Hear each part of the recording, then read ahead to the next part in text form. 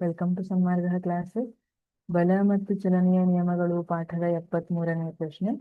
ಚಿಕ್ಕ ಹುಡುಗ ಭಾರವಾದ ಕಲ್ಲನ್ನು ತಳ್ಳಲು ಪ್ರಯತ್ನಿಸಿದಾಗ ಕಲ್ಲಿನ ಮೇಲೆ ವರ್ತಿಸುವ ವಿವಿಧ ಬಲಗಳನ್ನು ಉಲ್ಲೇಖಿಸಿ. ಒಂದು ಚಿಕ್ಕ ಹುಡುಗ ಇದ್ದಾನೆ, ಭಾರವಾದ ಕಲ್ಲನ್ನ ತಳ್ಳಲಿಕ್ಕೆ ಪ್ರಯತ್ನ ಪಡ್ತಾ ಇದ್ದಾನೆ. ಆ ಸಮಯದಲ್ಲಿ ಅದರ ಮೇಲೆ ಇರುವಂತಹ ವಿವಿಧ ಬಲಗಳು ಯಾವುವು? ಕಲ್ಲಿನ ಮೇಲೆ ಕಾರ್ಯನಿರ್ವಹಿಸುವ ವಿವಿಧ ಬಲಗಳು ಹೀಗಿವೆ.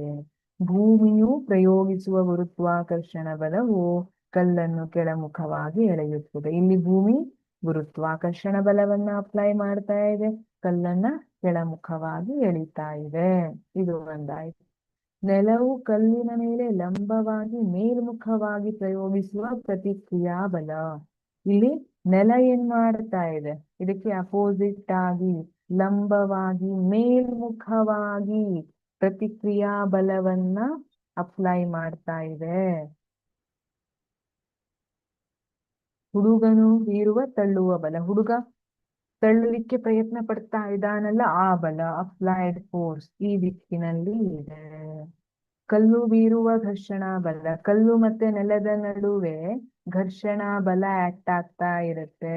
ಎರಡು ಮೇಲ್ಮೈಗಳು ಸಂಪರ್ಕದಲ್ಲಿದ್ದಾಗ ಘರ್ಷಣಾ ಬಲ ಆಕ್ಟ್ ಆಗುತ್ತೆ. ಘರ್ಷಣಾ ಬಲ ಅನ್ನುವಂಥದ್ದು ಚಲನೆಯನ್ನು ವಿರೋಧಿಸುವಂತಹ ಸಂಪರ್ಕ ಬಲವಾಗಿರುತ್ತೆ.